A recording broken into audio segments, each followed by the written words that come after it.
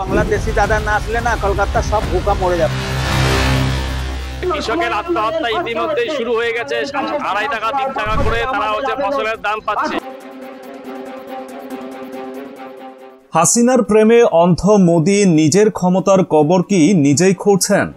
ভারতীয় উপমহাদেশের রাজনৈতিক অঙ্গনে আজ এই প্রশ্ন ঝড় তুলেছে। ভারত ও বাংলাদেশের মধ্যকার দীর্ঘস্থায়ী বন্ধুত্বের ছায়ায় যে আস্থার সম্পর্ক ছিল, সেটি আজ সন্দেহ আর শত্রুতার মেঘে ঢাকা পড়ছে। শেখ হাসিনা, যিনি ভারতের নরেন্দ্র মোদী সরকারের অন্যতম ঘনিষ্ঠ মিত্র ছিলেন, তার ক্ষমতা হারানোর পর থেকেই বদলে গেছে কূটনৈতিক হিসাব নিকাশ। বাংলাদেশের জনগণের ক্ষোভ আর ভারতের উগ্র প্রতিক্রিয়া দুদেশের সম্পর্কের অবনতি এতটাই তীব্র আকার ধারণ করেছে যে একসময়ের মিত্ররা এখন শত্রুতে পরিণত হতে চলেছে।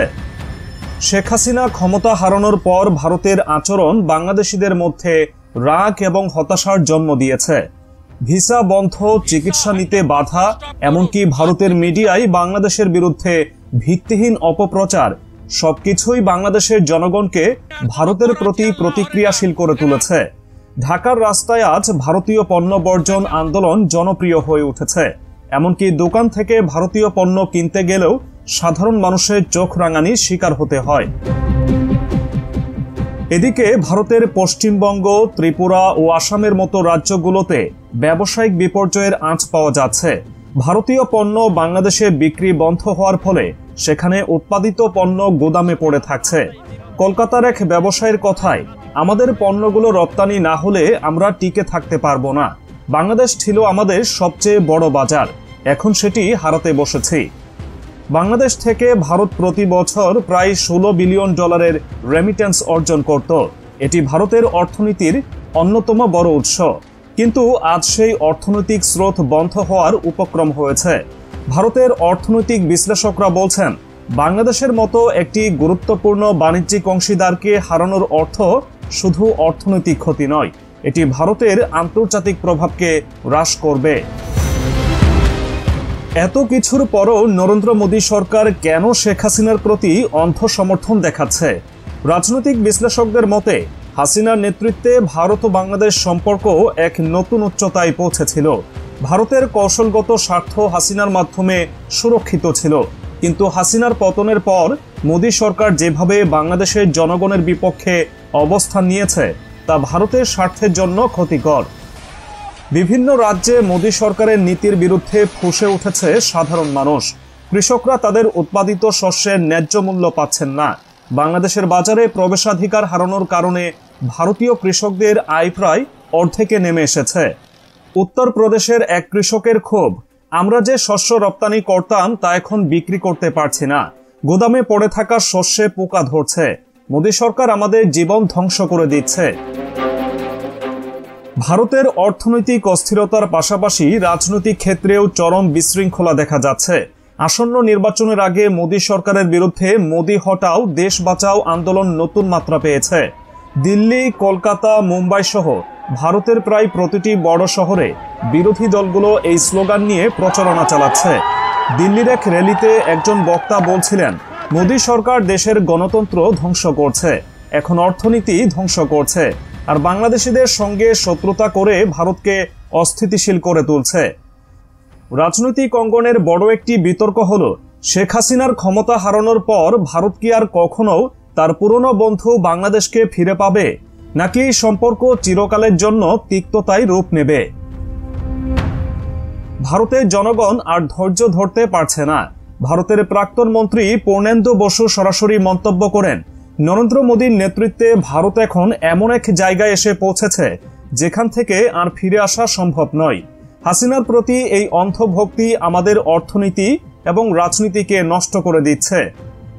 এই পরিস্থিতিতে ভারতের মিডিয়ার ভূমিকা বড় প্রশ্ন তুলেছে। ভারতীয় গণমাধ্যম বাংলাদেশের বিরুদ্ধে অপপ্রচার চালাচ্ছে, যা দুই দেশের জনগণের মধ্যে আরও বৈরিতা বাড়াচ্ছে। একই সময়ে বাংলাদেশের মিডিয়াতেও ভারত বিরোধী প্রচারণা বাড়ছে। এমনকি ভারতের বিভিন্ন শহরে মোদী সরকারের বিরুদ্ধে পোস্টার লাগানোর ঘটনাও ঘটছে। মোদী হটাও, দেশ বাঁচাও এই বার্তা এখন 11টি ভাষায় রাস্তায় রাস্তায় দেখা যাচ্ছে।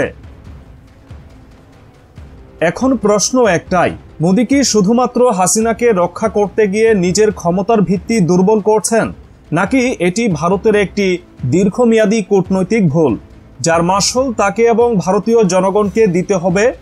ভারতের অভ্যন্তরে মোদি সরকারের বিরুদ্ধে ক্ষোভ দিন দিন বাড়ছে। পশ্চিমবঙ্গ থেকে শুরু করে দিল্লি পর্যন্ত সাধারণ মানুষ থেকে ব্যবসায়ী সবাই যেন একটাই সুর তুলেছে, মোদি সরকারের বিদায় চায়।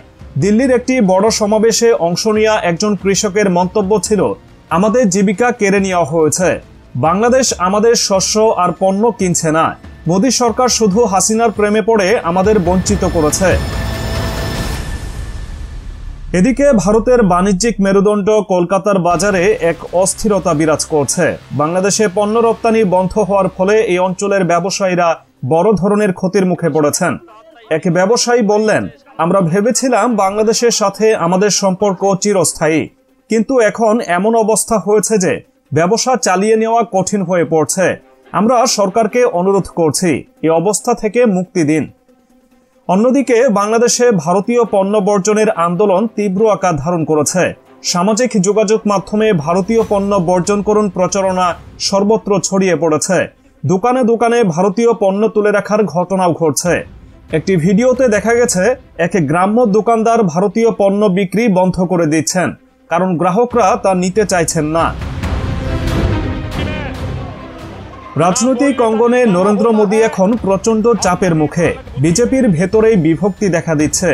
দলের অনেক সিনিয়র নেতা মনে করছেন, হাসিনার প্রতি অতিরিক্ত নির্ভরশীলতা এবং বাংলাদেশের জনগণের চাহিদাকে উপেক্ষা করা ভুল ছিল। এক বিজেপি নেতার বক্তব্য, আমাদের প্রধানমন্ত্রীর উচিত ছিল বাংলাদেশের নতুন নেতৃত্বের সাথে সুসম্পর্ক গড়ে তোলা, কিন্তু তিনি সেটা না করে হাসিনার পতনের পরও তাকে রক্ষা করতে ব্যস্ত থেকেছেন। ভারতের রাজনৈতিক বিশ্লেষকদের মতে এই ভুল নীতির কারণে মোদি শুধু নিজেই ক্ষতিগ্রস্ত হচ্ছেন না, বরং তার দলকেও বিপদে ফেলছেন। আসন্ন নির্বাচনে এই ইস্যু যে বড় প্রভাব ফেলবে তা বলার অপেক্ষা রাখে না। এদিকে আন্তর্জাতিক সম্পর্কের ক্ষেত্রে ভারতের অবস্থান দিন দিন দুর্বল হয়ে পড়ছে। বাংলাদেশের সাথে সম্পর্কের অবনতি শুধু দুই দেশের মধ্যে নয়, বরং গোটা অঞ্চলে ভারতের প্রভাবকে প্রশ্নবিদ্ধ করেছে। চীনের মতো প্রতিদ্বন্দ্বী শক্তি ইতোমধ্যেই বাংলাদেশের সাথে সম্পর্ক দৃঢ় করতে মাঠে নেমেছে। বাংলাদেশের নতুন সরকার চীনের কাছ থেকে বড় ধরনের আর্থিক সহযোগিতা নিচ্ছে, যা ভারতের জন্য একটি বড় সতর্ক সংকেত। বিশ্ব রাজনীতিতে ভারত এখন ক্রমেই একাকিত্বে ভুগছে। আমেরিকা, রাশিয়া, এমনকি মধ্যপ্রাচ্যের দেশগুলো এখন ভারতের উপর আস্থা হারাতে শুরু করেছে, কারণ তারা দেখছে ভারতের পররাষ্ট্রনীতি আর বাস্তবতার সাথে মিলছে না। তাহলে প্রশ্ন থেকে যায়, মোদি কি এখনো তার অবস্থান বদলাবেন, নাকি তিনি নিজের কৌশলগত ভুলের কারণে ভারতকে একটি বড় সংকটের দিকে ঠেলে দিবেন? বিশেষজ্ঞদের মতে মোদির জন্য এখনো সময় আছে। যদি তিনি বাংলাদেশের নতুন নেতৃত্বের সাথে সুসম্পর্ক গড়ে তোলেন এবং হাসিনার প্রতি অন্ধভক্তি পরিহার করেন, তবে কিছুটা হলেও ক্ষতি পুষিয়ে নেওয়া সম্ভব। কিন্তু বাস্তবতা বলছে ভিন্ন কথা। ভারতের ভেতরে এবং বাইরে ক্রমশ চাপে পড়া মোদি এখন আরও কঠোর অবস্থান নিচ্ছেন। তার প্রশাসন বাংলাদেশি পণ্য আমদানির ক্ষেত্রে নতুন শুল্ক আরোপের মতো পদক্ষেপ নিতে পারে, যা দুই দেশের সম্পর্ককে আরও খারাপ করবে। এদিকে বাংলাদেশের সাধারণ জনগণ ভারতের এই আচরণের বিরুদ্ধে নিজেদের অবস্থান স্পষ্ট করছে। ভারত হটাও এবং ভারতীয় পণ্য বর্জন আন্দোলন এখন শুধু শহরেই নয়, গ্রামের মানুষের মধ্যেও জনপ্রিয় হয়ে উঠেছে। এই ক্ষোভ কিভাবে ভারতের রাজনৈতিক ও অর্থনৈতিক ক্ষেত্রে প্রভাব ফেলবে সেটি নিয়ে এখনই উদ্বেগ বাড়ছে। তাহলে নরেন্দ্র মোদি কি তার ক্ষমতার শেষ অধ্যায় লিখতে শুরু করেছেন? তার হাসিনা প্রীতি কি তাকে এবং তার দলকে ধ্বংসের পথে নিয়ে যাচ্ছে? ভারতের জনগণ এই প্রশ্নের উত্তর খুঁজছে এবং আসন্ন নির্বাচনে তারা হয়তো তাদের ক্ষোভের চূড়ান্ত জবাব দিতে প্রস্তুত। হাসিনার প্রেমে অন্ধ মোদি কি নিজের ক্ষমতার শেষ অধ্যায় লিখছেন, নাকি এটি শুধুই ভারতীয় রাজনীতির আরেকটি অস্থায়ী অধ্যায়? সময়ই এর উত্তর দেবে। তবে আজকের পরিসংখ্যান ও বাস্তবতায় ইঙ্গিত দেয় ভারত এখন এমন এক মোড়ে দাঁড়িয়ে আছে যেখান থেকে তার ভবিষ্যৎ নির্ভর করবে নীতিগত পরিবর্তনের উপর। আমরা অপেক্ষা করব, দেখব ভারত কোন পথে এগোয়।